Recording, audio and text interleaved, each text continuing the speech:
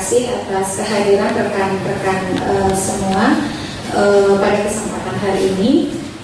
Hari ini kami dari Perludem bersama teman-teman dari JPPR hendak melakukan sebuah diskusi merespon situasi terakhir pembahasan revisi Undang-Undang tentang pengesahan Perpu nomor 1 tahun 2014 tentang pemilihan gubernur, bupati, dan wali kota. Kalau kita lihat dan baca perkembangan beberapa hari terakhir, ternyata arah pembahasan Perpu yang semula adalah revisi terbatas, yang namanya revisi terbatas tentu berisi substansi-substansi yang terbatas dan tidak meluas. Namun arah pembahasan nampaknya juga mulai menyentuh persoalan-persoalan yang tidak mudah untuk dicapai kesepakatan. Nah, Perludem sendiri mengidentifikasi sekurang-kurangnya ada 7 hal baru pengaturan di dalam Perpu nomor 1 tahun 2014 yang sudah disetujui menjadi undang-undang ini, yang merupakan memang substansi baru yang belum diatur di dalam undang-undang pemilu sebelumnya, baik pileg maupun pilpres. Ketujuh hal baru itu meliputi pertama terkait dengan pencalonan tunggal. Kalau 2 periode pilkada kita diperhadapkan pada pencalonan dalam pasangan calon gubernur, wakil gubernur, wali kota, wakil wali kota, bupati, wakil bupati, maka Perpu mengatur pencalonan tunggal hanya gubernur, bupati, dan wali kota. Yang kedua adalah soal pembatasan politik kekerabatan. Ada ikhtiar dari Perpu untuk membatasi politik kekerabatan, meski kemudian pembatasan ini dilimitasi hanya pada politik kekerabatan akibat hubungan perkawinan atau hubungan darah, ke atas, ke samping, ke bawah, tidak ada diagonal. Nah, yang ketiga soal uji publik. Uji publik memang nomenklatur yang betul-betul baru di dalam pengaturan pemilu maupun pemilihan kita. Dalam perjalanan kepemiluan kita belum pernah ada pengaturan serupa uji publik ini yang akan menilai kompetensi, pengetahuan, dan konfirmasi rekam jejak dari kepala daerah, dan dilakukan dalam periode yang cukup panjang dan diatur kerangka waktu untuk pelaksanaannya.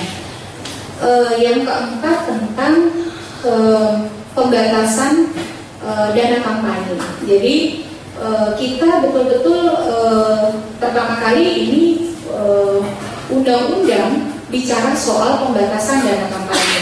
Meski juga tidak spesifik yang dimaksud pembatasan dana kampanye tersebut untuk pengeluaran atau penerimaan. Kalau penerimaan, Perpu sudah mengatur jumlah-jumlah yang dibatasi. Tapi kalau pengeluaran memang belum diatur. Perpu memerintahkan KPU untuk mengatur lebih lanjut pembatasan dana kampanye ini.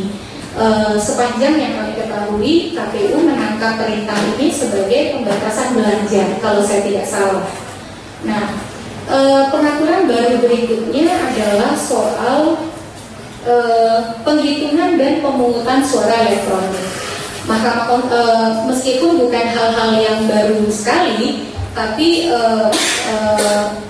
penghitungan dan pemungutan suara elektronik merupakan elaborasi lebih lanjut dari putusan Mahkamah Konstitusi yang menganggap bahwa pemungutan menggunakan mesin elektronik sebagai sesuatu yang konstitusional.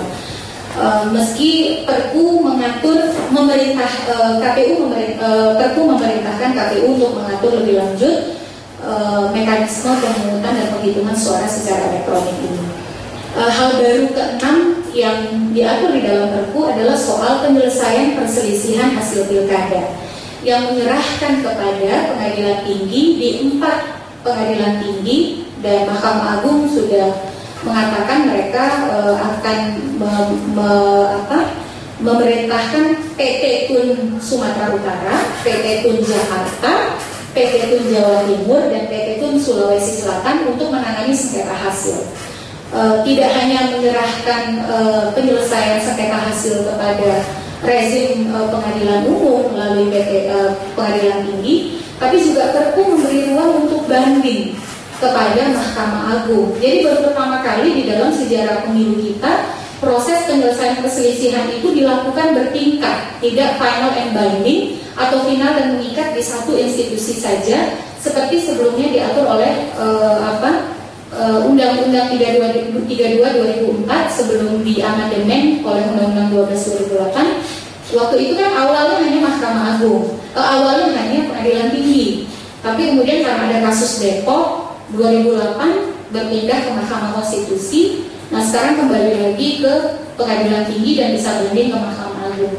Hal uniknya adalah karena ternyata Perpu memberikan limitasi kalau mau mengajukan sengketa hasil di daerah yang misalnya penduduknya lebih dari 12 juta, maka sengketa hasilnya hanya dibolehkan kalau selisih suaranya paling besar 0,5%. Jadi kalau kita lihat lagi ternyata hampir tidak ada pilgub yang di provinsi dengan penduduk di atas 12 juta itu selisih hasilnya hanya di bawah 0,5%. Ternyata tidak ada.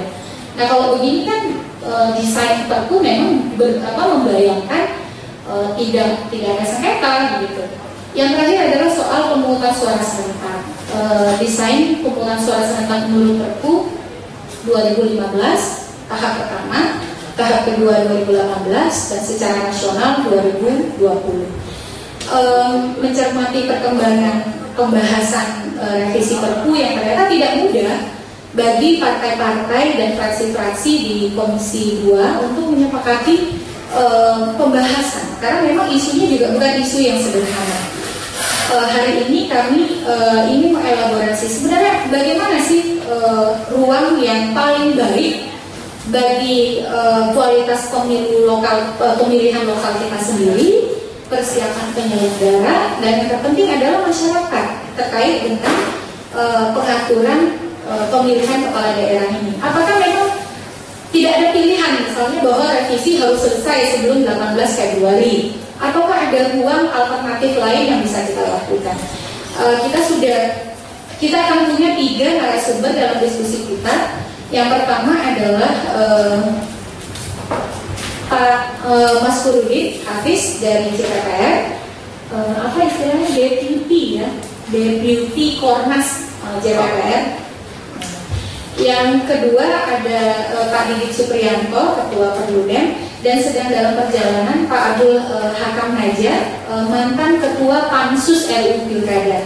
Mengapa penting untuk mendengarkan Pak Hakam Naja? Karena Perpu ini sejatinya adalah adopsi dari naskah RUU Pilkada versi langsung yang dihasilkan Komisi 2. Tapi kemudian ketika voting di paripurna DPR tanggal 26 September 2014 kalah suara dengan naskah RUU Pilkada versi tidak langsung. Jadi Komisi 2 itu punya 2 produk, RUU Pilkada versi langsung dengan versi tidak langsung.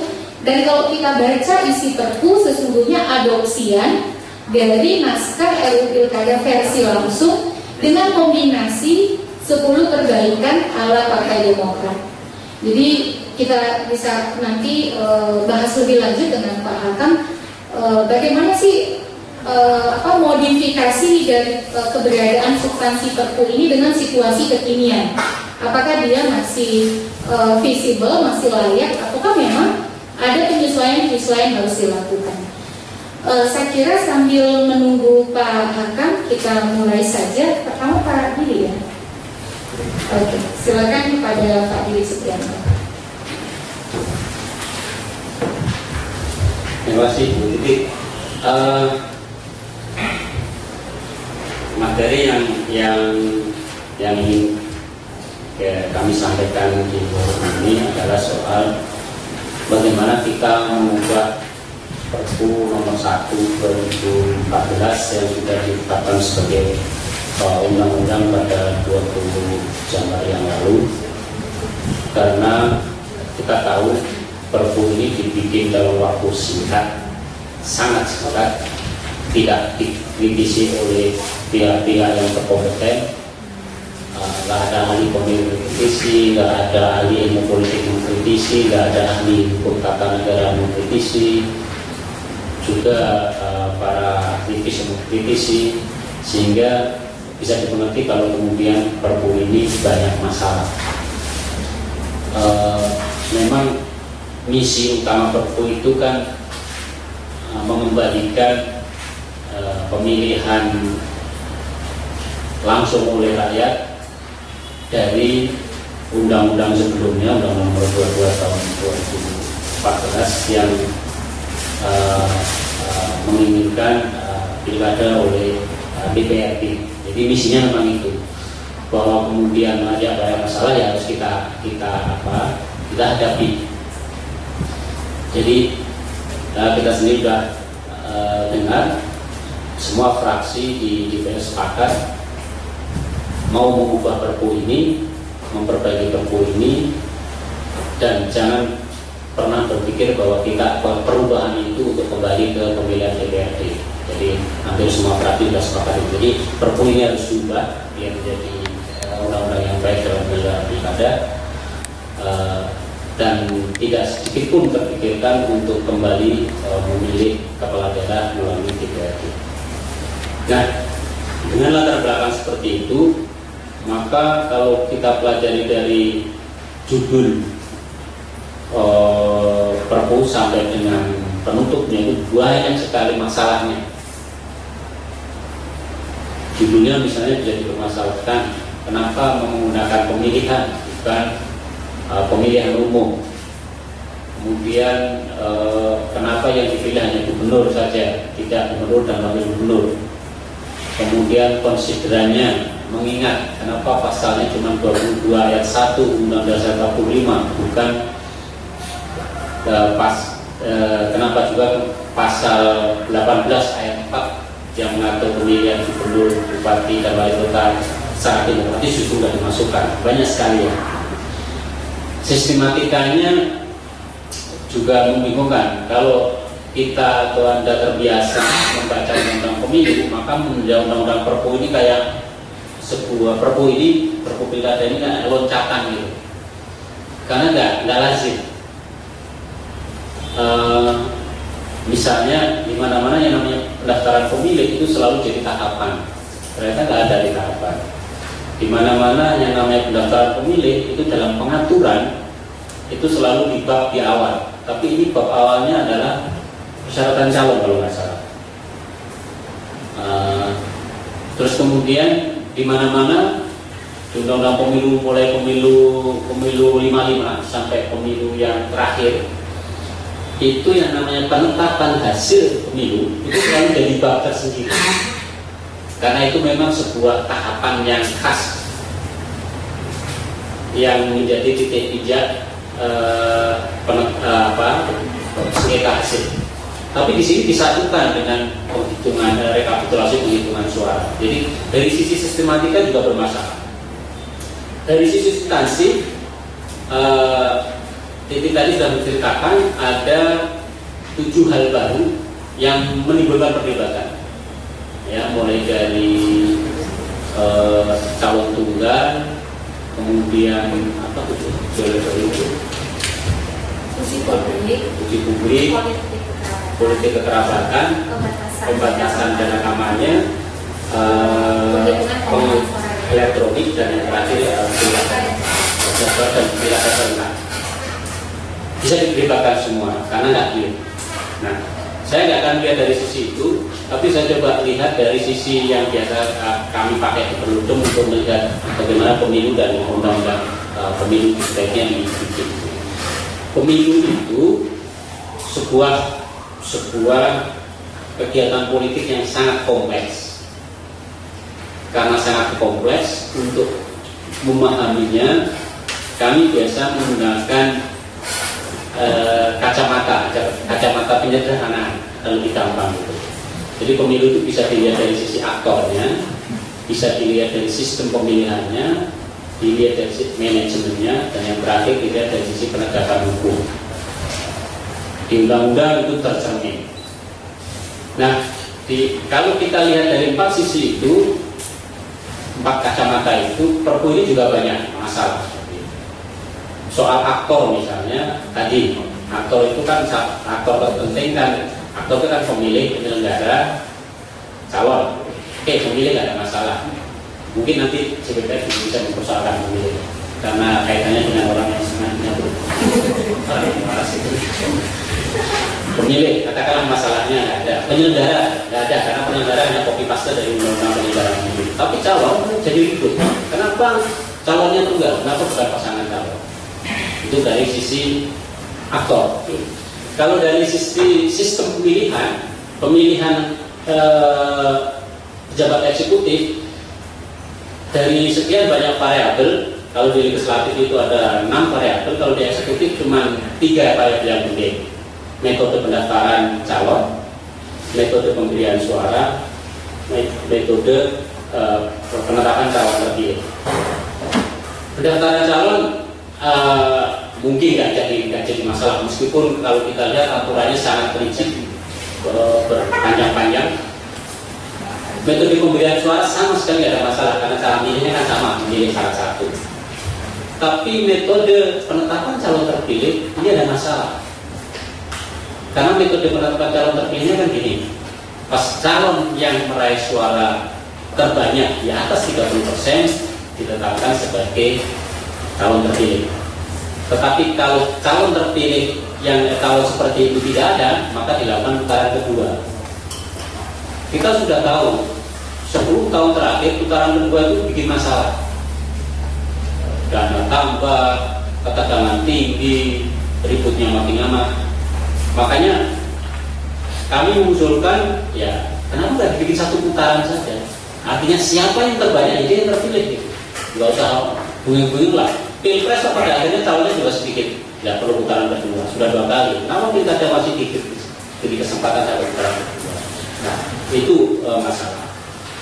Dari sisi manajemen, kemudian dari sisi sistem, kemudian dari sisi manajemen, juga banyak masalah. Uji publik misalnya, satu isu baru yang makan waktu panjang. Siapa yang bertanggung jawab terhadap pelaksanaan uji publik? Menurut saya, uji publik itu bagian dari pencalonan yang dilakukan di partai politik. Kenapa harus dibebankan ke penyelenggara pemilu? Mestinya itu urusan partai politik saja. Penyelenggara tinggal verifikasi. Jadi misalnya undang-undang bikin ketentuan uji publik, setiap calon harus mengikuti uji publik. Syarat uji publik yang diselenggarakan oleh partai atau teman partai atau bakal calon independen.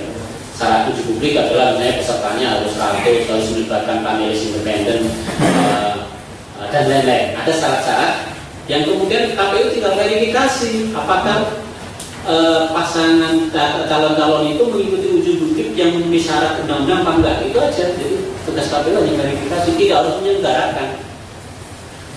Karena kalau menyelenggarakan ketambahan beban. Nah, kemudian yang terakhir dari sisi penegakan hukum, ya tadi sudah sampaikan berpanjang-panjang terutama sengketa hasil. Nah, dari sekian banyak masalah itu sangat tidak mungkin kalau perubahan Perpu nomor 1 2014 ini dilakukan sampai 18 September. Februari. Oh, September aja kan? Ya, nggak mungkin dilakukan perubahan itu, nggak mungkin. Karena banyak sekali materi. Kan coba itu kan banyak usulan kan. Sebab kalau nggak diubah memang menimbulkan ketidakpastian.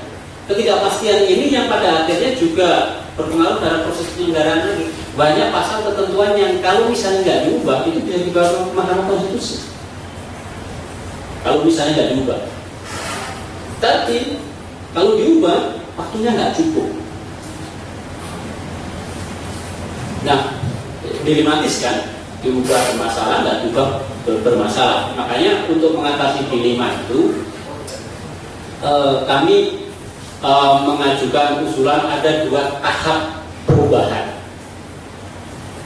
Tahap awal itu perubahan terbatas, itu benar-benar perubahan terbatas, yakni mengubah pasal-pasal tentang pilkada serentak yang direncanakan 2015 atau KPU merencanakan Desember 2015 diundur menjadi 2016. diundurnya nggak usah panjang-panjang, 6 bulan saja, Juni 2016. Kemudian pilkada serentak 2018 diajukan ke Juni 2017. Nah, kenapa diajukan?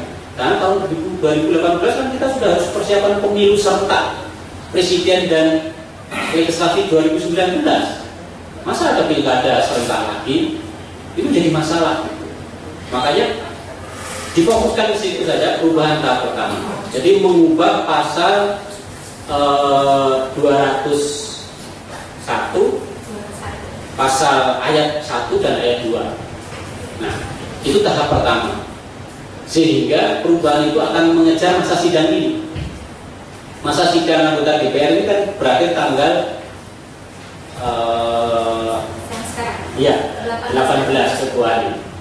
Makanya sampai masa sidang sekarang perubahannya sangat terbatas, yakni mengubah pasal 201 ayat 1 dan ayat 2 untuk memundurkan jadwal pilkada dari 2015 menjadi 2016, memajukan jadwal pilkada dari 2018 ke 2017. Itu saja. Dengan perubahan itu, maka KPU sekarang itu bisa lega. Oh, masih ada waktu 6 bulan untuk bersiap-siap menunggu hasil perubahan. Karena kemudian setelah memasuki masa sidang berikutnya, DPR kita harapkan melakukan perubahan yang lebih komprehensif. Perubahan tahap kedua dalam bahasa kami, yakni berlangsung antara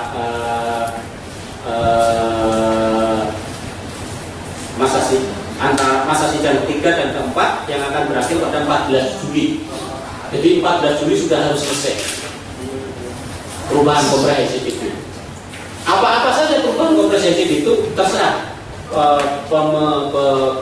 pembuat undang-undang. Yang jelas kami sudah dengar mereka sudah mengidentifikasi ada uji publik, calon tunggal tadi dipersoalkan, banyak hal yang memang harus diubah. Nah, kalau perubahan komprehensif ini bisa dilakukan dengan cepat, maka pada 14 Juli 2015 itu sudah bisa disahkan, sehingga kita akan memiliki undang-undang pilkada yang lebih baik. Sudah diubah 2 kali. Nah, yang harus disepakati juga, dan saya senang sekali anggota DPR juga sudah sepakat soal itu, bahwa tahapan pelaksanaan pilkada itu nggak perlu 1 tahun, apalagi sampai 13 bulan, cukup 8 bulan. Dan itu kita belajar dari pilkada 2005 sampai 2014 kemarin. Itu sebetulnya 8 bulan. 8 bulan itu pendaftaran pemilih sampai pemungutan suara itu 6 bulan. Nanti pemungutan suara, penetapan hasil, terus kemudian ikuti gugatan, itu cukup 2 bulan. Sehingga Agustus, kalaupun tuh ada gugatan, itu kepala daerah terpilih itu sudah bisa dilantik. Nah, kenapa kami menghitung supaya Agustus dilantik? Sebab perubahan APBD itu APBD itu dilakukan paling lambat September 2000 masing-masing tahun. Jadi kepala daerah baru itu kalau sudah dilantik, dia masih sempat melakukan pengubahan APBD. Itu penting. Sebab apa? Kalau kepala daerah dilantik berjalan lama, terus kemudian dia hanya ngikutin saja program kepala daerah sebelumnya, kan enggak, sia-sia waktu setelah pelantikan itu. Dia nggak bisa memaksimalkan program-programnya. Memang hanya perubahan, tapi perubahan APBD itu penting untuk diikuti kepala daerah baru. Jadi itu alasannya kenapa masa tahapan pelaksanaannya cuma 6 bulan. Jadi Januari mulai pendaftaran pemilih, Februari mulai pendaftaran calon, Maret, April, Mei kampanye, nanti kampanyenya bisa atur. Juni bulan pertama pemungutan penghitungan suara, pekan kedua sudah bisa penetapan hasil. Juni pekan ketiga sampai Agustus itu sengketa hasil pilkada, sehingga akhir Agustus sudah bisa dilantik. Jadi simpel sebetulnya ngurus pilkada itu, tidak rumit sebagaimana yang dimaui oleh Perpu ini sampai 13 bulan. Dan KPU kan juga sudah menghitung itu. Pengalaman pilkada selama ini ya memang cuma segitu, 8 bulan itu. Jadi itu yang akan dituangkan dalam perubahan kedua. Nah, dengan perubahan pertama yang terbatas, perubahan yang kedua yang komprehensif, maka kita harapkan pilkada Juni 2016 serentak itu bisa berjalan baik. Nah, sekali lagi ada banyak alasan kenapa Desember harus diundur ke Juni. Di siaran pers ini saya sertakan, kami sertakan beberapa lampiran. Pertama soal komplikasi hukum, ya. Yang kedua soal kondisi alam. Nah, sekali lagi saya nggak kebayang bagaimana pilkada diselenggarakan bulan Desember. Hujan deras, banjir di mana-mana, sering terjadi tanah longsor, angin di laut nggak karu-karuan, di gunung apa lagi? Tentara aja ngurusin evakuasi itu aja sering bermasalah karena ada anginnya nggak karu-karuan ya. Apalagi itu ya, jangan bayangkan di Jawa yang mengurus logistik gampang saja. Bayangkan saja di Kanean, di Kepulauan Maluku sana, faktor alam, persiapan pengamanan, persiapan anggaran, kepentingan penyelenggara dan lain-lain. Ini yang kami sampaikan. Jadi sekali lagi, karena waktunya mepet, maka perubahan dilakukan bertahap. Tahap pertama, yaitu masa sidang yang sekarang, masa sidang ketiga ini, perubahan terbatas, yakni mengundur jadwal pilkada dari 2015 menjadi 2016, memajukan 2014 dari 2017. Yang kedua, perubahan komprehensif baru dilakukan masa sidang berikutnya, masa sidang ketiga dan keempat yang akan berakhir pada 14 Juli. Dengan demikian, pembuat undang-undang punya waktu sekitar 4 bulan. Memang mepet juga, tetapi karena sudah menjadi komitmen bersama, saya kira bisa selesai. Terima kasih. Terima kasih Pak Didi, kita kasih pos dulu hujan di darat, angin di laut ya Pak ya. Kalau Desember 2015 kemarin kami ada pelatihan data di Gorontalo, itu teman-teman dari Talaut yang paling dekat dengan Filipina itu bilang bahwa perjalanan mereka menuju Gorontalo itu luar biasa karena berhadapan dengan ombak yang tidak bisa kita bayangkan. Dan dia mengatakan bahwa di bulan ini sudah agak mendingan dibandingkan dengan bulan November-Desember, gitu ya. Nah itu bisa menjadi pertimbangan bagi pembuat undang-undang kalau masih menggunakan skenario seperti saat ini. Kalau di daerah barat mungkin tidak terlalu terkendala ya, tapi Jakarta saja kita kebanjiran gitu.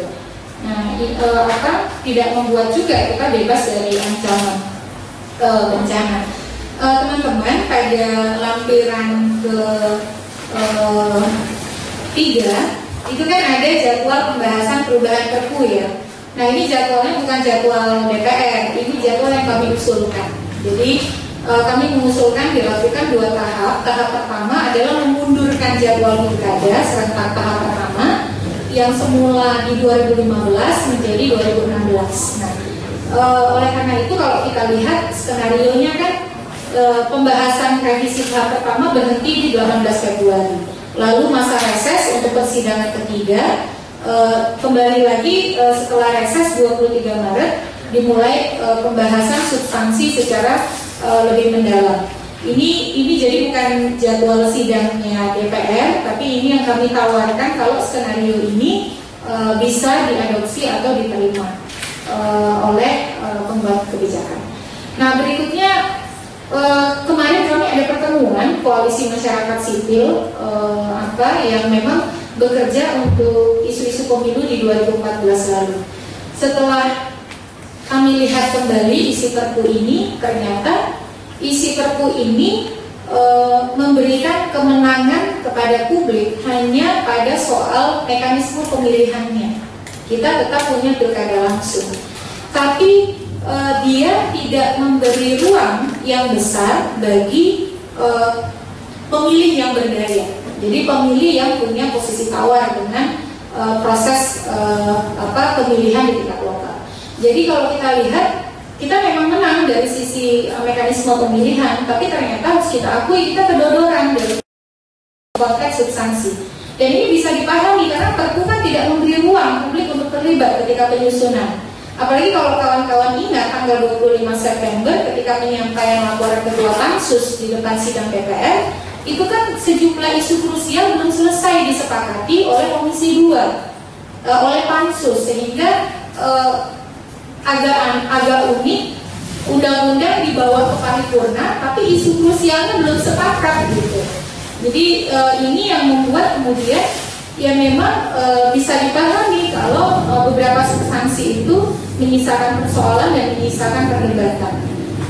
Nah dari sisi pemilih ternyata meskipun ada ruang uji publik ya, kami mendorong bahwa uji publik meskipun kalau mau ditarik ke mekanisme internal partai, dia menjadi mekanisme yang jelas yang diatur oleh undang-undang, bukan kemudian mekanisme oleh elit.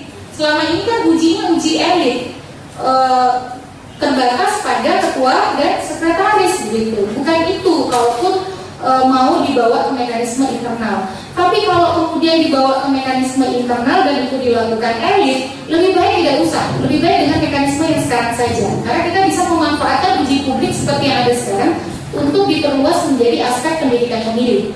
Tapi kami setuju kalau ini bisa dibawa ke mekanisme internal dan menjadi misalnya primary election atau pemilu pendahuluan internal partai dengan melibatkan anggota partai untuk memilih kandidat siapa yang akan dicalonkan, itu kami dukung. Tapi itu harus eksplisit diatur di dalam undang-undang, bukan menghilangkan sama sekali.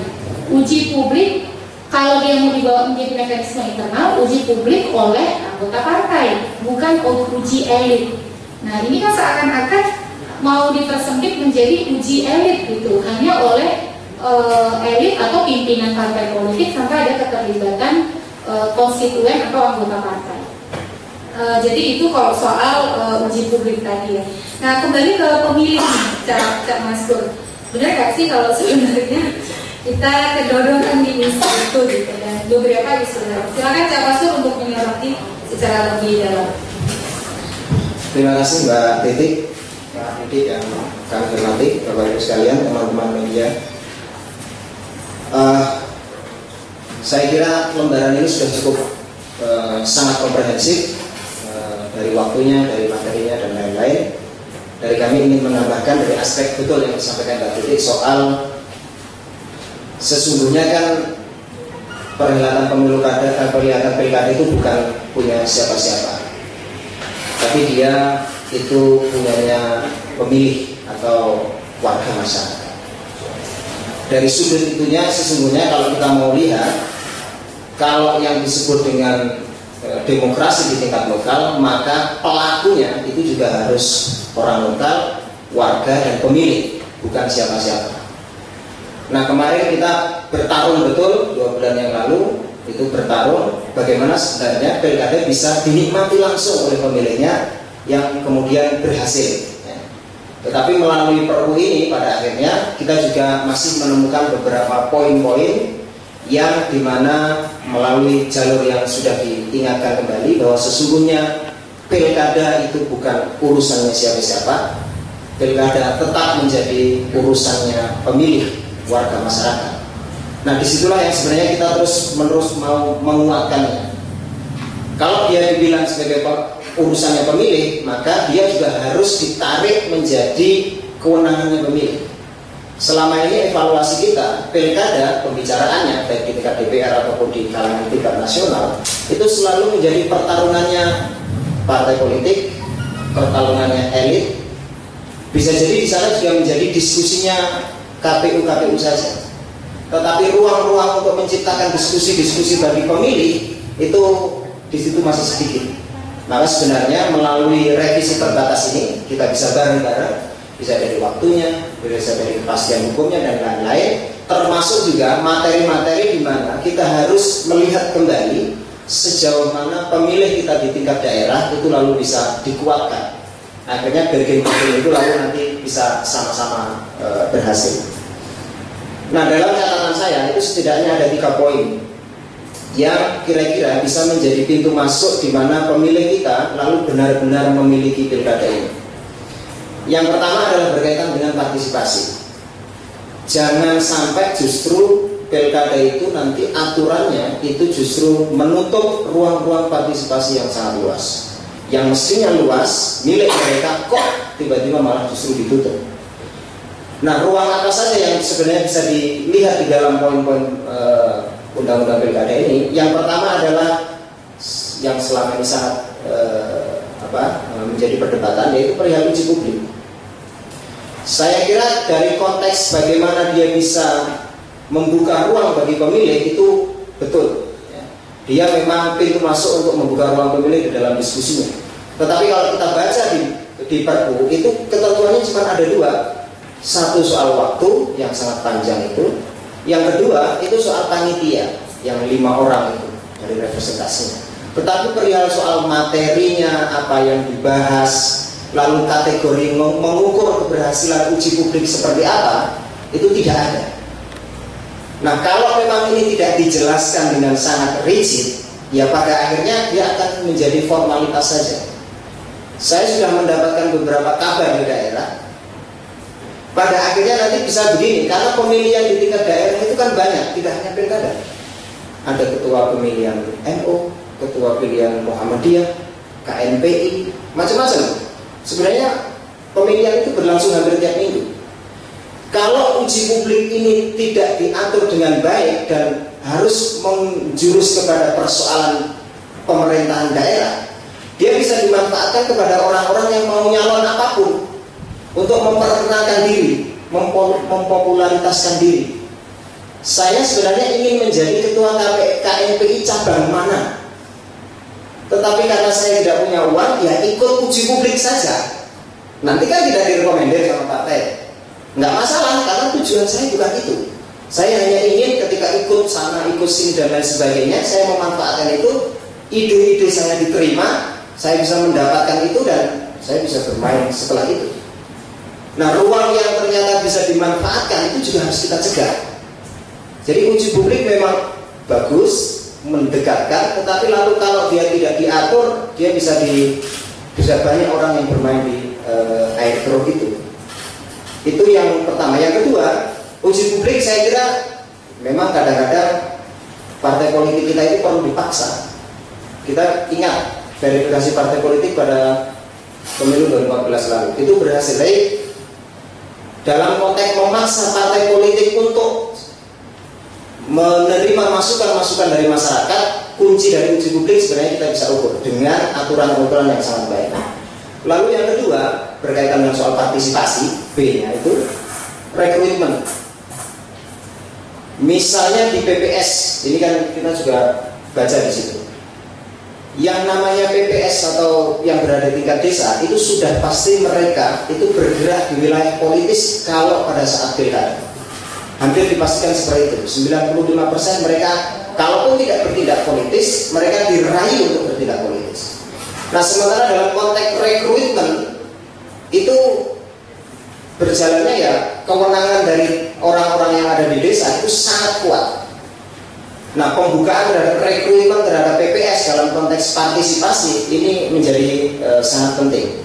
Saya kemarin diskusi dengan KPU Jawa Tengah, dia bercerita salah satu hasilnya adalah kepada kabupaten-kabupaten yang relatif homogen itu tingkat pelanggaran pemilunya justru jauh lebih tinggi. Di suatu TPS saksinya bisa 6, tapi 6-6-nya justru datang dari satu partai politik.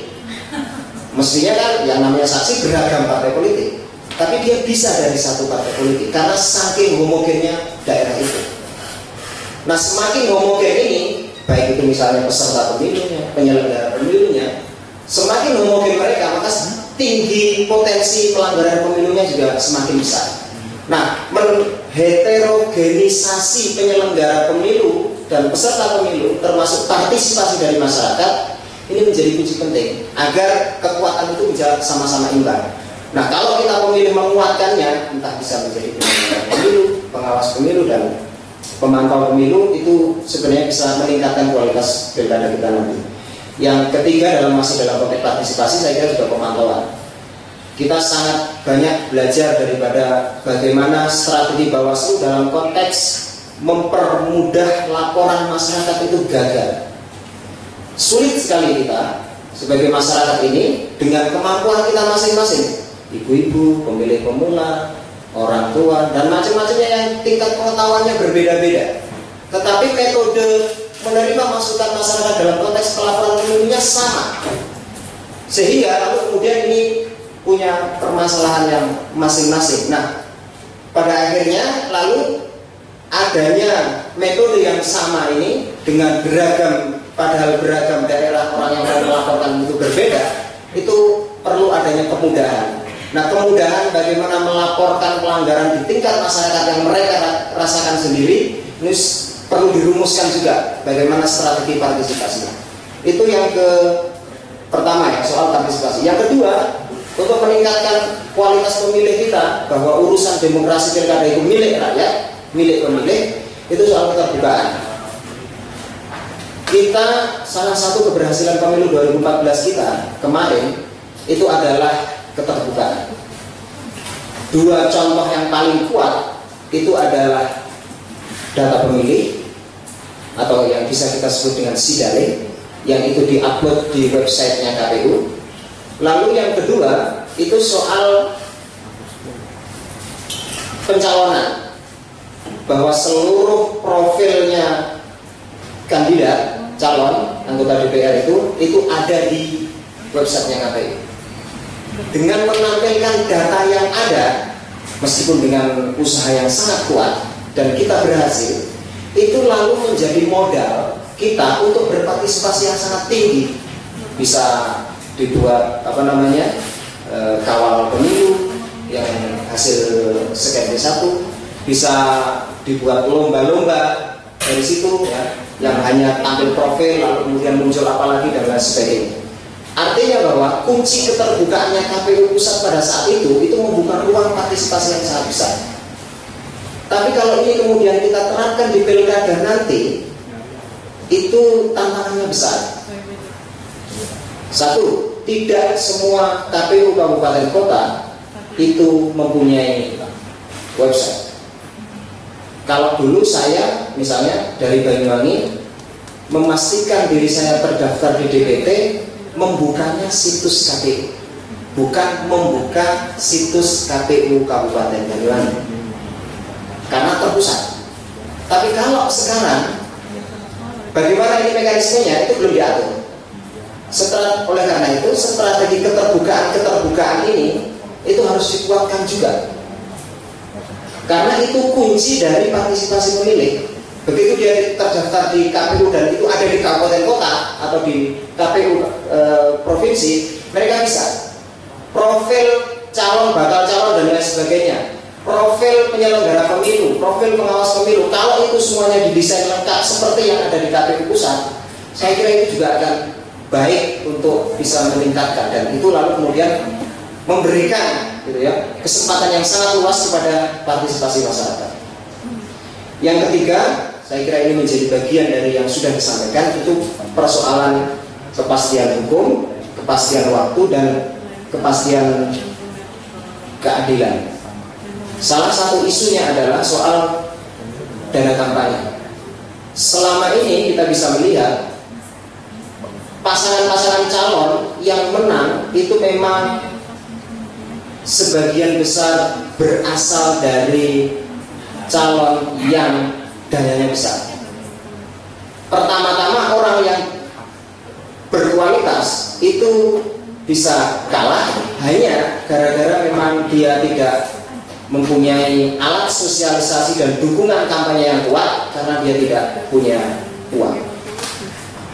Nah, beberapa hal memang kita bisa lihat bahwa rencana KPU untuk memberikan porsi yang sama Tetapi kalau Perpu ini kita bisa pelajari lebih lanjut, dia juga membuka ruang kampanye dengan dana yang kemudian tidak terbatas. Kalau belum masuk tahapan dia sudah memperkenalkan diri, dana untuk memperkenalkan dirinya juga tidak dimasukkan, bisa tidak dimasukkan dalam laporan dana kampanye. Nah, oleh karena itu di dalam proses ini kita bisa mengusulkan belajar dari laporan dana kampanyenya para partai politik yang dilampirkan dana calon juga. Sebagian besar, bahkan sekitar 75%, ternyata masukan dana kampanye mereka itu berasal dari yang bersifat fisik dan jasa. Bantuan barang dan jasa itu memenuhi laporan para calon. Dipinjemin mobil lah, dipinjemin rumah untuk bikin sekretariat posko kampanye, macam-macam. Dipinjemin HP. Sumbangan barang yang model begini itu sangat besar jumlahnya pada saat pileg dan pilpres yang lalu. Sementara sumbangan yang berbentuk transaksi perbankan itu sangat sedikit, bisa dihitung dalam bentuk jari, dan itu tidak lebih dari 25% yang dilaporkan ke KPU. Nah, pada saat pilkada nanti itu sebenarnya kita bisa rumuskan. Misalnya begini, kepada bantuan-bantuan yang bersifat barang dan jasa itu bagaimana juga diarahkan untuk masuk ke wilayah perbankan juga, masuk ke rekening khusus yang kemudian dipakai oleh mereka. Karena kadang-kadang calon dan partai politik juga harus kita paksa begitu, seperti uji publik. Kalau ada orang mau menyewakan mobil atau membantu barang, itu bagaimana kemudian barang-barang ini, kalau selama ini kan hanya dinilaikan, dilaporkan, tapi barangnya sendiri, uangnya sendiri tidak masuk. Nah, kalau dia bisa masuk ke dalam rekening, saya kira ini transaksinya jauh lebih bagus, dan masuk keluarnya itu, pemasukan dan pembelanjanya itu bisa relatif bisa diukur. Nah, kalau kita bisa diarahkan ke sana dalam konteks ini, lalu ditentukan waktunya kapan dan dipaksa untuk itu, dan kita juga belajar. Di pileg kita sebenarnya juga ada laporan periodik yang tidak ada sanksinya dalam konteks untuk belajar.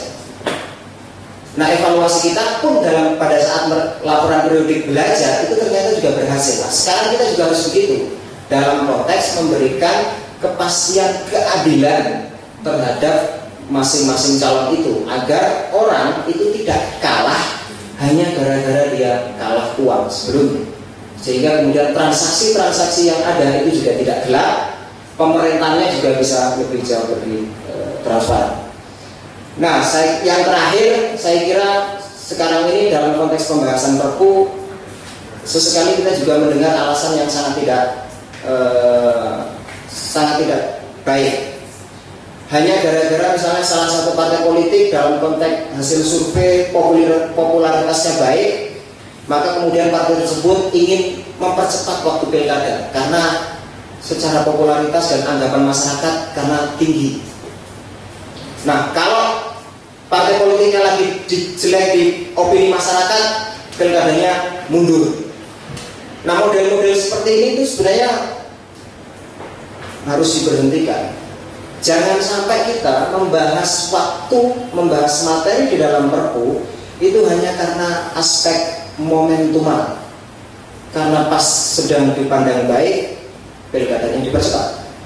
Kalau pas tidak dipandang baik, itu memundurkan. Ini kan sangat situasional, sangat momentumal, dan sesungguhnya tidak baik dalam konteks memperbaiki pilkada kita secara berkelanjutan. Saya kira itu Mbak Titik sebagai tambahan dari Pak. Terima kasih. Assalamualaikum warahmatullahi wabarakatuh. Waalaikumsalam. Mbak Titik ada tambahan? Enggak. Tadi sih Pak Hakam bilangnya 5 menit lagi santai. Ini santai gitu. Tapi kawan-kawan, poin dari Cak Maskur penting ya, bahwa kalau kita lihat dari perjalanan undang-undang pemilu Indonesia, undang-undang yang paling banyak diuji materi ke Mahkamah Konstitusi adalah undang-undang politik, terutama undang-undang pemilu, undang-undang pemilu legislatif, undang-undang pemilu presiden, maupun ketika pilkada masih diatur di dalam undang-undang Pemda. 3 undang-undang itu yang dari sisi jumlah paling banyak diuji ke Mahkamah Konstitusi. Mestinya kita sebagai sebuah bangsa, terutama bagi pembuat kebijakan, pembuat undang-undang, belajar gitu ya, bahwa proses legislasi kita mestinya betul-betul memperbaiki persoalan-persoalan dalam pemilu kita, bukan lagi menjadi politik transaksional antara kepentingan satu dengan kepentingan lain. Saya kira ini bukan lagi momen soal memperjuangkan kepentingan partai semata begitu, tapi bagaimana kita betul-betul menata desain pemilu kita, menata demokrasi lokal kita, sehingga ketika kita sudah memutuskan pemilihan secara langsung untuk kepala daerah, itu juga diikuti betul-betul pengaturan yang baik gitu. Nah, ketika misalnya dipaksakan revisi harus selesai 18 Februari, yang paling tercederai adalah satu, keterlibatan masyarakat, keterlibatan publik untuk ikut ambil bagian dari dalam proses tersebut. Kami sudah berusaha untuk mengajukan RGPU dengan Komisi 2, tapi sampai hari ini sejak minggu lalu permohonan kami disampaikan belum mendapat respon. Jadi padahal undang-undang tentang tata cara pembentukan peraturan perundang-undangan menyarankan pembentukan peraturan perundang-undangan harus melibatkan partisipasi masyarakat. Jadi ini yang kita jangan lupa, marilah motivasinya betul-betul untuk menata proses pemilu kita sehingga kita bisa punya pengaturan yang betul-betul baik. Jadi tidak lagi soal berhitung gitu ya, mumpung partainya lagi populer maka pilkadanya harus tahun ini. Jadi saya kira itu yang harus menjadi ikatan di antara para pembuat undang-undang ketika bicara soal revisi undang-undang pengesahan Perpu Pilkada ini. Silakan teman-teman sambil kita menantikan kehadiran Pak Hakam, ada yang ingin mengajukan pertanyaan atau komentar atas bahasan diskusi kita hari ini? Silakan.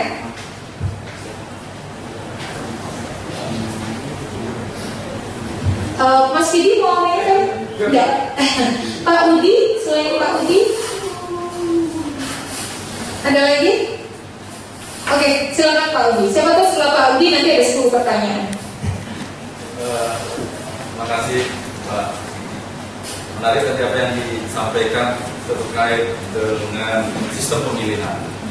Bahwa kalau di saran yang dan usulan yang diajukan kan di sini menggunakan pemilihan mayoritas sederhana. Siapa suara terbanyak, udah itulah yang ditetapkan. Tapi kalau kita lihat pasal 107 dan 109 ini mohon dicermati bersama bahwa di sana disebutkan bahwa calon bupati dan calon wali kota termasuk calon gubernur yang memperoleh suara lebih dari 30% ditetapkan sebagai calon terpilih. Ada kehilangan kata terbanyak di sana menurut saya, sehingga kalau bisa dimaknai kalau umpamanya ada calon 3 atau 4, ada 2 calon yang memiliki perolehan suara sah di atas 30%, maka 2 atau 3 ini ditetapkan sebagai calon.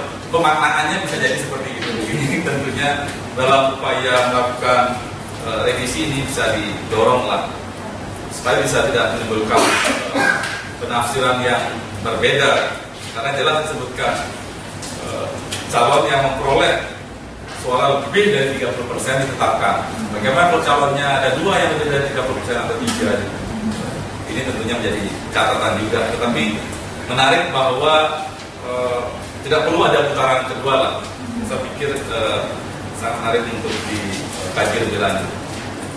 Yang kedua terkait dengan hiruk pikuknya, kalau saya menangkap hiruk pikuknya ketika Pilpres ada rame-rame masalah pembukaan kotak suara, ini ternyata pada pasal 20 huruf R terkait dengan tugas dan wewenang PPS, di sana disebutkan bahwa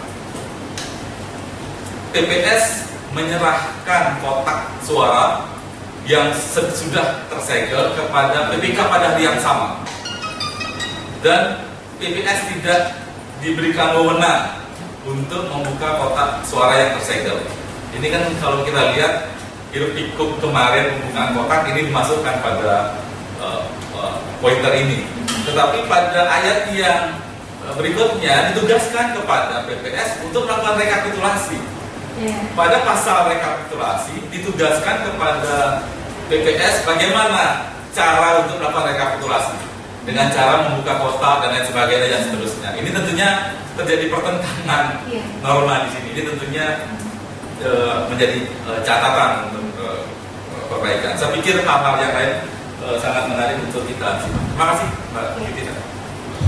Terima kasih Pak Udi. Itu juga salah satu pertimbangan mengapa kami meminta agar proses revisi ini betul-betul dilakukan hati-hati.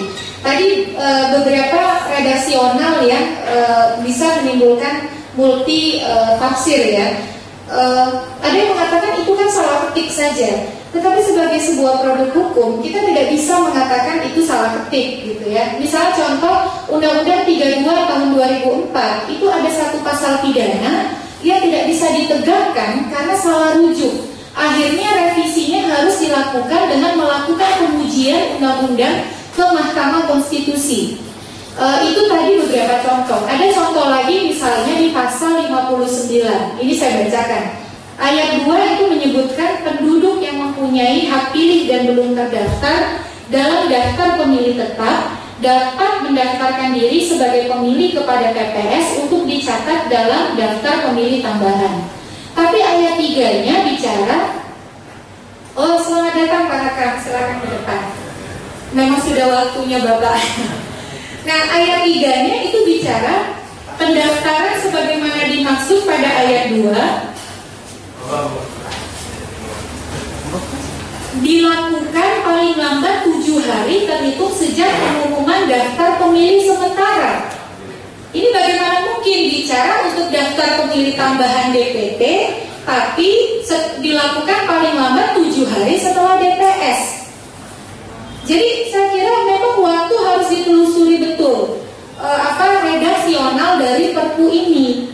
Karena kalau sudah jadi undang-undang mau merevisinya, kalau tidak direvisi oleh pembuat undang-undang, harus dilakukan oleh Mahkamah Konstitusi, dan itu luar biasa mahal serta tidak memberi kepastian hukum bagi penyelenggara pemilihan. Ini selamat datang Pak Hakam, Ketua Pansus RUU Pilkada. Jadi kita bisa gali ini. Ini Pak Hakam sedang diskusi banyak sekali Pak salah redaksional di dalam Perpu ini, begitu. Termasuk juga karena kesalahannya agak banyak, usulannya ya sudah lah, yang tahap pertama ini revisi mundurkan jadwal dulu. Nanti berikutnya itu supaya waktunya leluasa, kalau jadwalnya sudah mundur ke Juni 2016 misalnya, diberi tenggat bahwa paling lambat Juni 2015 revisi substansi yang lain harus sudah selesai. Jadi 2 tahap begitu.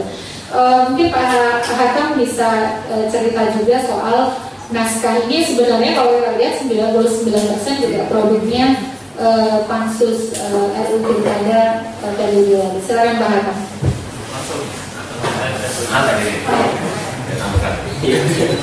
Ini Pak, kami salah pilih masjid atau gimana? Malah jauh cuma. Jadi betul sampaikan Pak Udi. Jadi yang saya sampaikan di sini memang yang saya highlight yang besar-besar saja, beludongannya saja, besar dan inti. Kalau kita baca per pasal, saya boleh menyimpulkan 60% bermasalah. Padahal kemarin 50%. Sekarang naik. Karena 50%. Karena Pak Anda sudah bilang 60%, maka saya harus naik. Oh ya. Jadi 60% bermasalah. Jadi ini saya masukkan konsekuensinya, judulnya. Nah, oleh karena itu memang mau nggak mau harus dilakukan perubahan komprehensif. Celakanya waktunya nggak ada, itu jadi dilemanya di situ. Nah, untuk mengatasi dilema itu, untuk sampai masa sidang kedua ini yang akan berakhir pada tanggal 18 Februari, perubahan terbatas saja.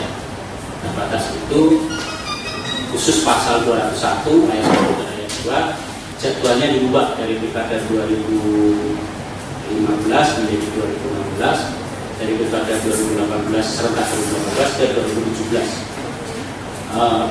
Sudah banyak alasan soal kenapa itu perlu diubah. Dengan cara mengubah itu sebetulnya semua pihak punya waktu. KPU punya waktu untuk mempersiapkan diri, DPR dan pemerintah punya waktu selama 4 bulan untuk melakukan perubahan secara komprehensif. Mau nggak mau, memang cuma 4 bulan waktunya. Karena tanggal Juli masa sidang kelima itu tanggal 3 Juli sudah harus jadi. Kalau tanggal 30 Juli perubahan komprehensifnya jadi, dan dugaan saya malah bukan hanya judulnya mungkin bukan perubahan, undang-undang baru. Kalau lihat kandungannya ya, kan pemilihan mau diganti pemilu, terus gubernur mau jadi gubernur dan wakil gubernur, kan kamu bagi begitu. Ya nggak apa-apa dengan kita dinamis gitu. Itu jadi ya kamu mau nggak mau 3 Juli harus jadi. Biasanya kalau sudah dipepet ini ciri khas. Tadinya saya kira ciri khas wartawan yang dikejar DPR jadi. DPR juga punya kekhasan itu, DPR, pemerintah dan lain-lain. Ciri khas bangsa kita lah, kalau sudah dipepet waktu pasti jadi. Kalau enggak malah tidak terjadi. Seperti kemarin Pak Hatam ini memimpin pansus itu kan panjang sekali. 2011 kan itu diserahkan ke presiden. 2011 saking panjangnya asik berdebat nggak selesai malah. Timpe sama pemilu 2014, habis itu situasi politik berganti dan hasil pemilu 2014 berubah. Akhirnya ya seperti kemarin. Makanya kok saya punya keyakinan kalau perubahan bertahap ini bisa dilakukan, kita akan melakukan undang-undang yang dengan catatan orang kayak Pak Hakam, Pak Agus yang sudah lagi Komisi 2 itu berkontribusi di sana. Karena yang mohon maaf Komisi 2 sekarang banyak baru ya. Itu mau nggak mau harus ini. Ada dua untuk ada keuntungan dan kerugian kalau pemilihan orang baru itu. Pertama bisa dibohongi, jadi cepat gitu. Yang kedua kalau saya pintar, wah itu masalah. Ini jelas. Itu saya kira moga-moga Pak Hakam sudah siap. Ya, silakan.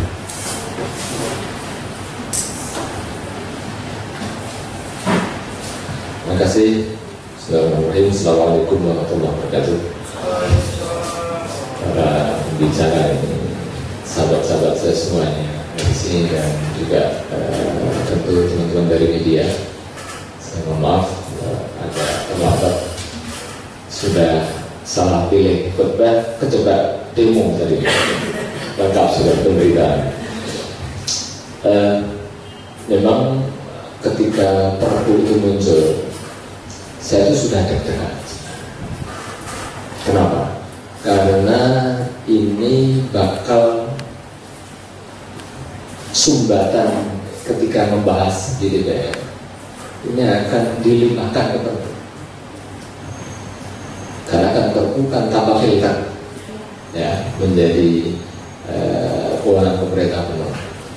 Dan juga saya ya tidak terlalu meleset lah sebenarnya. Meskipun awalnya kan harapannya adalah sebelum perubahan yang sering saya katakan ada 9,5 yang disetujui, yang ternyata memang 9,5 betul karena uji publik itu tidak menentukan, tidak menggugurkan, ya, seperti yang diatur di dalam ketentuan umum. Ya. Nah, artinya sesungguhnya materi yang ada di dalam Perpu itu seyogyanya semestinya itu ya kurang lebih sama lah dengan rancangan undang-undang, kecuali barangkali yang langsung atau tidak langsung itu kan yang substansi, yang pokok yang didiskusikan. Tapi selebihnya semuanya hampir sama. Artinya tentang bagaimana pihak yang mestinya tidak punya kewenangan, tidak punya kompetensi, integritas itu tidak bisa menjadi kandidat calon dan seterusnya. Nah, dalam hal ini memang tampaknya kemudian Perpu Pilkada membuka kotak Pandora kecil. Ya, jadi kemudian pemerintah membut waktunya kurang dari 1 minggu, sehingga memang melebatkan banyak redaksi yang kemudian dibuat terburu-buru. Mestinya sebenarnya nggak usah terburu-buru kan waktunya juga masih sampai tanggal 20 Oktober. Ya, kan? Nah, tapi ya nggak tahu, artinya itu memang internal pemerintah dan saya. Nah, ternyata ketika memang saat itu karena barangkali ditagih terus ya, pihak penyusun draft ini udah pokoknya dikebut saja gitu. Terbukti beberapa tidak sinkron. Yang pertama saya kira yang ingin saya soroti terkait dengan Perpu yang ada kemarin, itu tentu saja terkaitan dengan sebuah undang-undang. Itu misalkan ada desain besar. Nah, desain ini sebenarnya mau seperti apa sih pemilihan kepala daerah yang kemudian menjadi gubernur, bupati, wali kota itu. Nah, desain inilah yang kemudian menjadi rujukan, menjadi cetak biru dan kemudian konsisten sampai. Nah, tapi ada keterputusan inilah yang menurut saya kemudian menjadi salah satu problem. Dan rancangan undang-undang yang kami waktu itu buat dalam 2 draft, yaitu langsung dan tidak langsung, itu kemudian menjadi seolah-olah seperti dimix dengan tambahan. Sudah dimix dengan bumbu-bumbu tambahan lagi, sehingga memang warnanya barangkali ada yang suka, ada yang tidak, mungkin nano-nano rasanya. Nah, itu yang pertama. Jadi desain dari rancangan undang-undang. Kenapa? Karena memang proses undang-undang kan dirumuskan dalam sebuah naskah akademik, dibahas dengan mendalam, gitu kan. Tapi kan itu kemudian sudah lewat ketika Perpu itu kemudian kan ya sudah. Ya, jadi hal-hal yang tidak disepakati oleh DPR masuk. Yang kedua itu adalah menyangkut tentang beberapa hal yang menurut pemerintah pemilihan kepala daerah itu memang merupakan sebuah upaya untuk melakukan langkah demokratisasi yang komprehensif, dan kemudian ini dikaitkan dengan desain otonomi. Waktu itu kan secara bersamaan kita membahas undang-undang pemerintah daerah yang menjadi desain besar otonomi, kemudian undang-undang desa yang juga segera menjadi bagian yang betul-betul linkage, kemudian undang-undang pilihan kepala daerah. Nah, ketika kemudian kita mengaitkan antara desain besar undang-undang Pemda, undang-undang desa, undang-undang pilihan kepala daerah, apalagi kalau nanti kemudian ada undang-undang perimbangan keuangan pusat dan daerah, yang sebenarnya waktu itu kita menuntut pada pemerintah rampungkan undang-undang 33. Ya, kalau undang-undang 32 kan undang perimbangan keuangan 33 tahun 2004. Kalau enggak, ini nanti ditimpang. Tapi nggak tahu, barangkali di dalam model sendiri tidak terjadi kesepakatan, maka kemudian undang-undang 33 nggak jelas jumlahnya nasibnya. Harapan saya di prolegnas yang sekarang undang-undang 3 harus menjadi prioritas yang pertama. Ini saya kira perlu disahkan, karena percuma nanti kita belum bisa pilih-pilih membahas soal dosa yang luar biasa yang kemudian nggak diikuti oleh manifold function. Ya kan? Nah, ini artinya dananya gimana? Wong sudah dikasih kewenangan. Nah, ini kan kasus undang-undang desa, saya kira menjadi contoh yang sangat sederhana. MD ini tanpa adanya undang-undang 33, kemudian undang-undang desa itu muncul, wah ternyata menjadi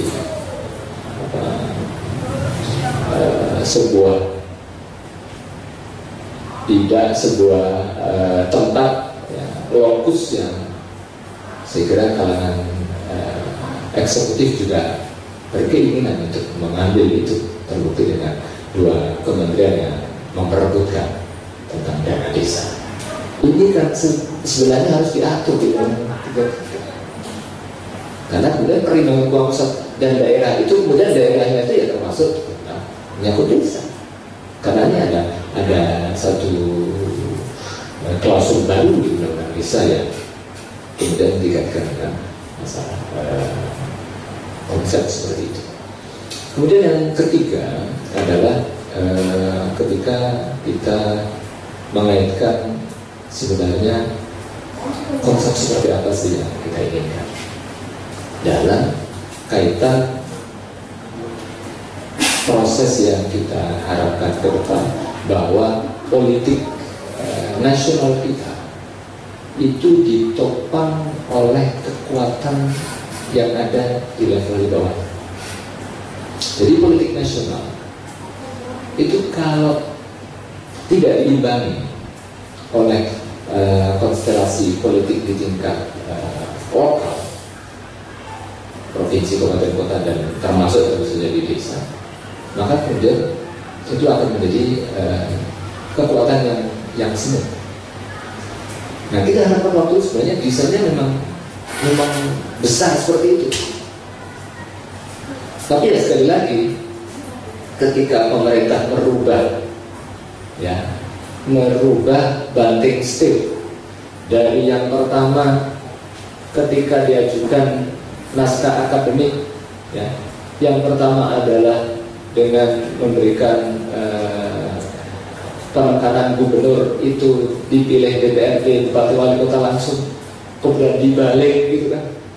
Nah, bolak-balik pemerintah seperti ini menunjukkan, waduh, ini alamat ini alamat ini berarti memang sesungguhnya ya tidak cukup pemerintah memikirkan desain besar itu.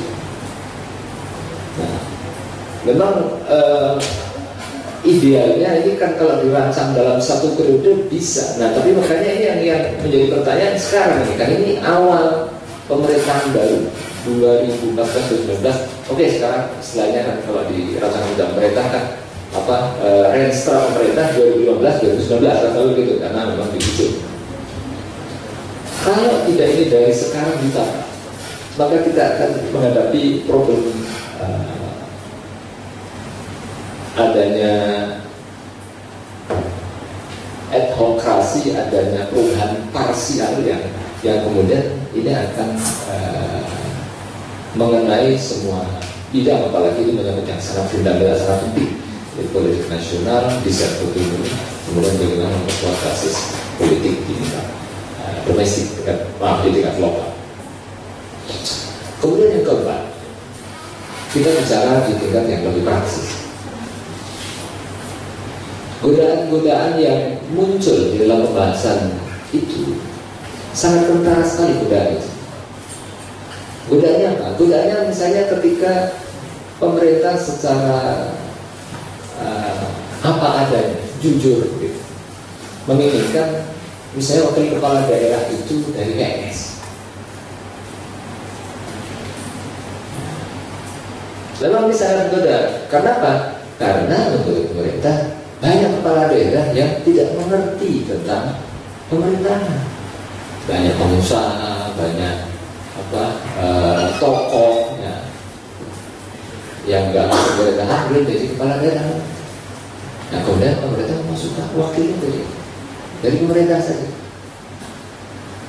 Nah, desain seperti inilah yang menurut saya kemudian tidak diikuti dengan satu rancangan yang komprehensif, yang kemudian mudah sekali dipatahkan.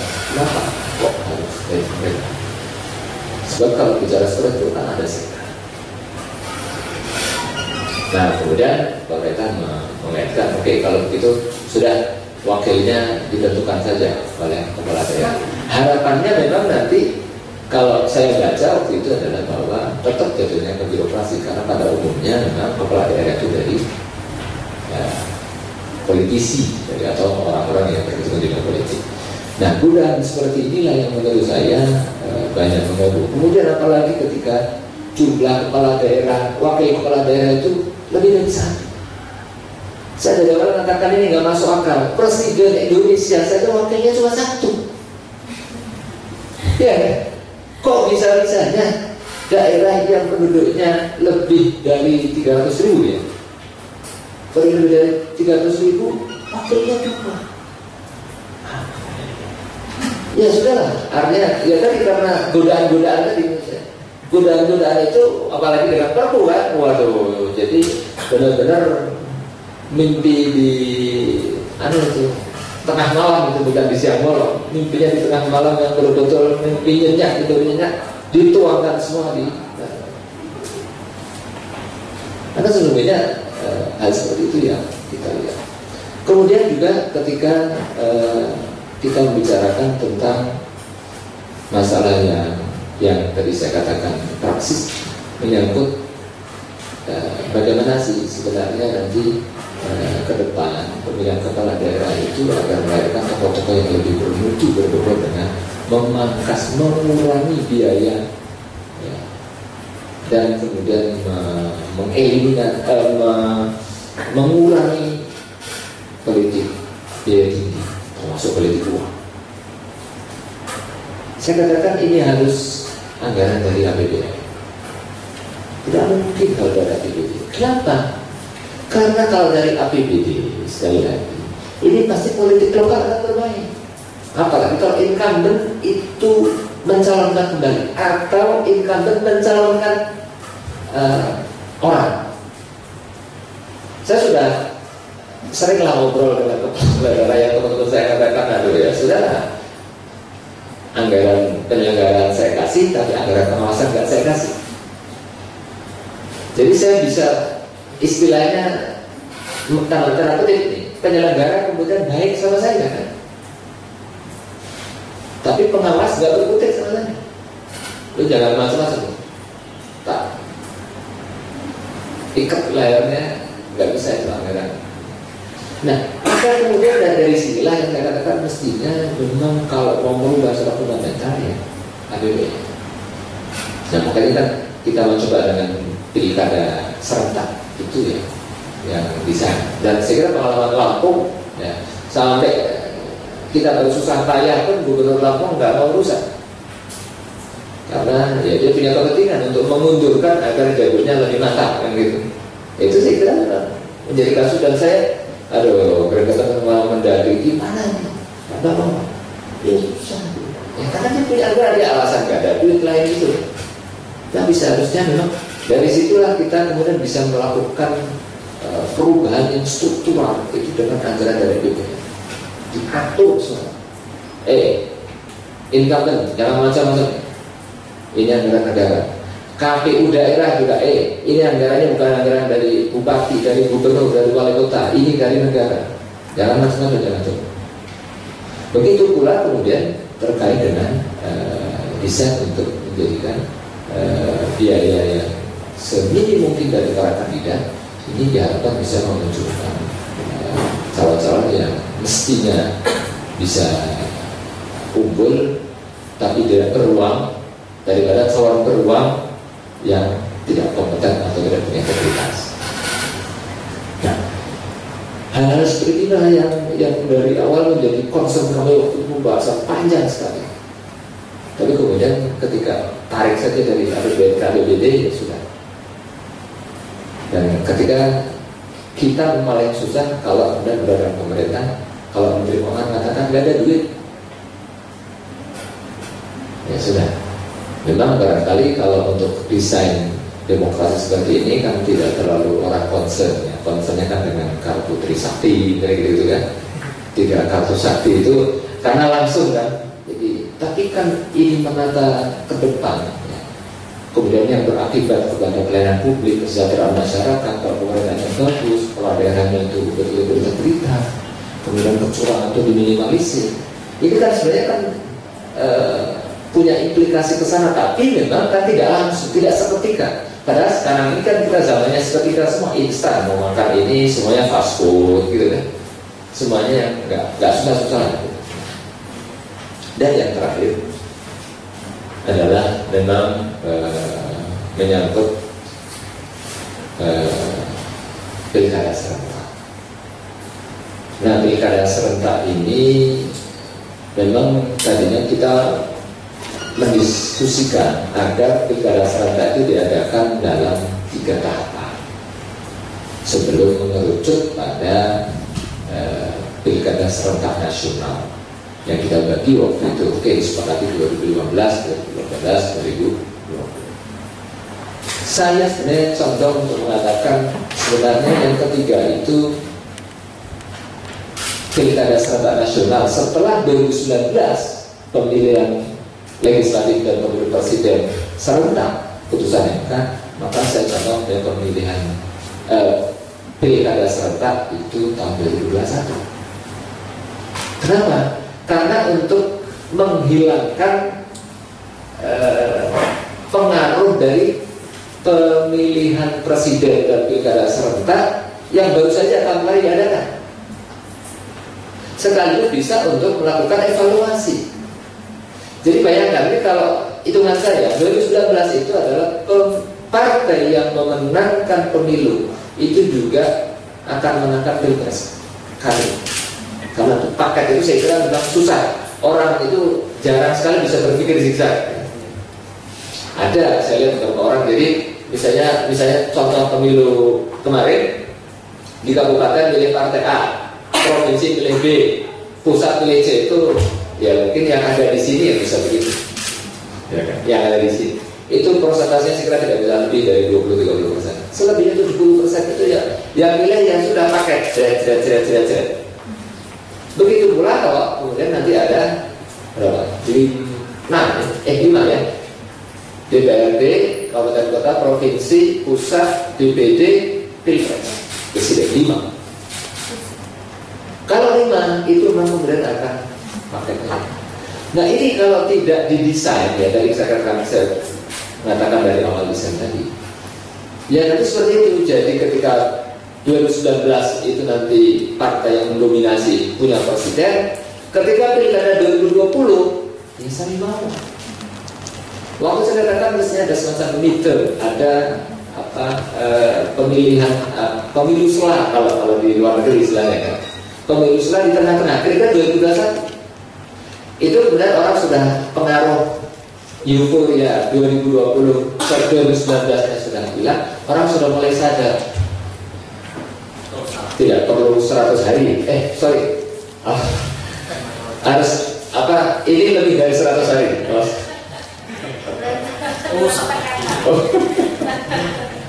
Saya nggak tahu kalau sekarang 100 hari, saya nggak tahu gimana 100 hari. Nah, itu maksudnya di waktu ya 3 kali 100 hari lah gitu kan, atau 4 kali 100 hari. Jadi 1 tahun lebih, 2 tahun. Tenang. Sehingga nanti sudah bisa disana. Oh, ternyata berat ini nggak bisa.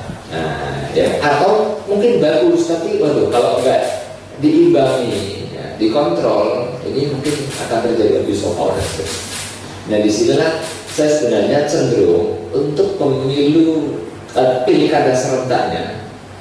Kalau nanti kemudian disebut pemilu karena putusan MK kan, rezim pemilu itu yang penyelenggaranya KPU. Kalau pilkada itu bukan rezimnya bukan rezim pemilu, sehingga KPU tidak berhak.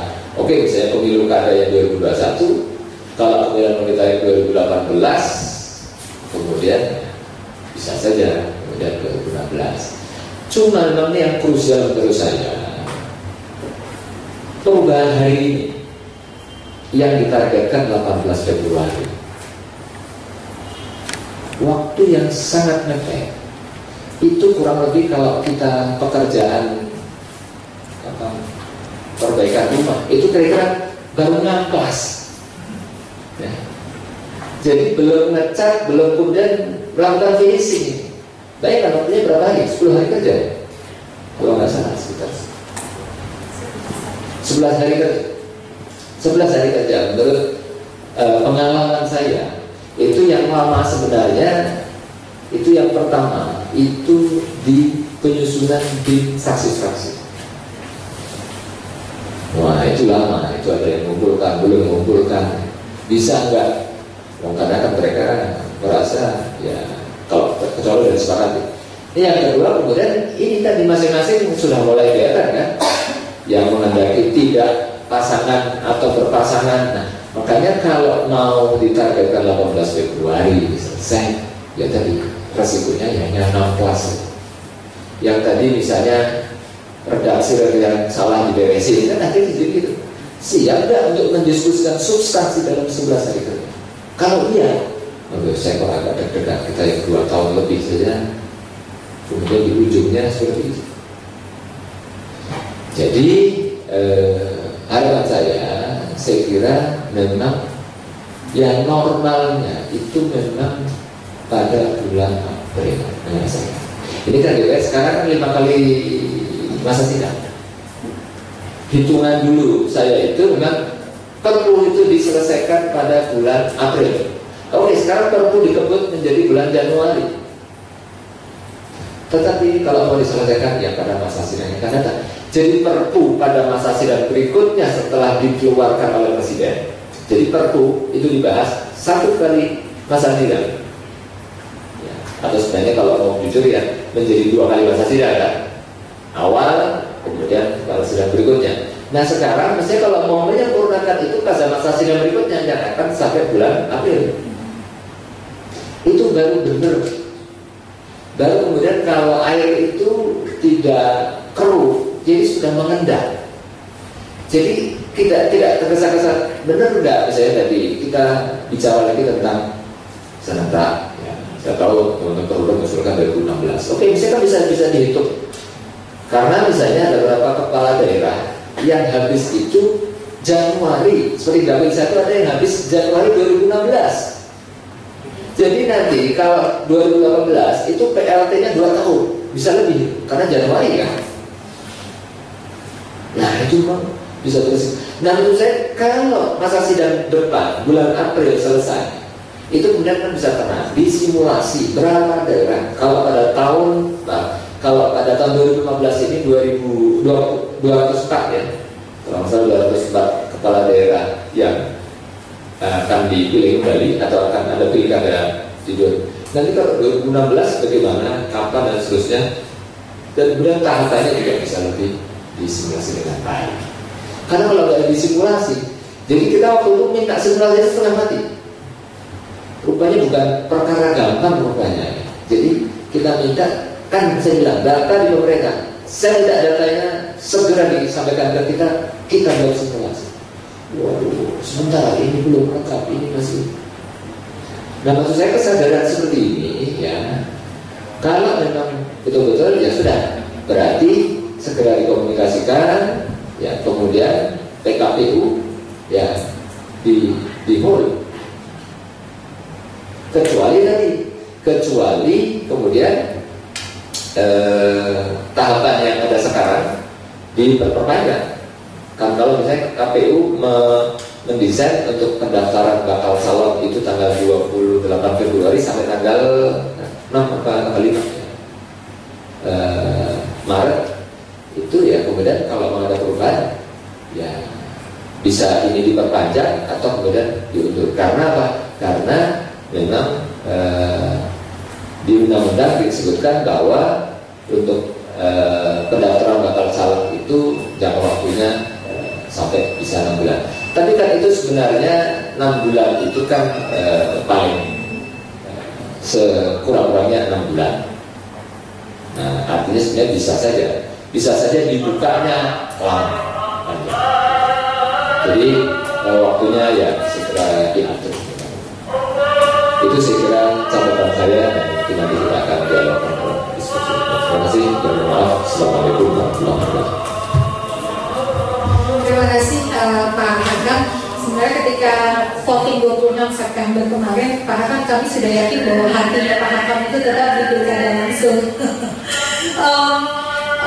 2 tahun ternyata tidak tuntas ya Pak untuk bicara tentang rekonstruksi pengaturan pilkada kita. Apalagi 2019 ini kita akan pemilu serentak gitu. Belajar dari RUU pilkada saja 2 tahun tidak tuntas. Nah saya kira ini juga jadi pembelajaran bagi pembuatan kebijakan ke depan. Meskipun pemilu serentaknya 2019, buat aturannya jangan mepet gitu. Oleh karena itu mungkin harus dipertimbangkan bahwa modifikasi ataupun pengaturan untuk Undang-Undang Pemilu serentak 2019 mulai dipikirkan sejak saat ini karena waktu kita juga tidak banyak. Bapak Ibu teman-teman semua, silakan jika ada yang punya pertanyaan untuk Pak Hakam dan para narasumber lain, ada Cak Master dan Pak Didi. Ini ada yang hal-hal yang diklarifikasi atau dikomentari. Apa mau ngobrol langsung? Ngobrol langsung. Oke. Kalau gitu, Cak Maskur, Pak Hakam, terima kasih. Karena katanya semakin berikhtiar, pahalanya makin banyak, Pak. Tadi agak susah kesini, pahalanya banyak. Pak Didi, terima kasih atas kehadirannya. Mudah-mudahan diskusi kita ini membawa manfaat dan memberikan pencerahan terhadap kita semua. Kepada teman-teman semua, terima kasih banyak atas kehadirannya. Mohon maaf kalau ada yang tidak berkenan dari diskusi kita hari ini. Semoga bisa memberi pencerahan bagi kita. Wabillahi taufiq wal hidayah. Assalamualaikum warahmatullahi wabarakatuh. Ya, kita close dulu untuk kita semua.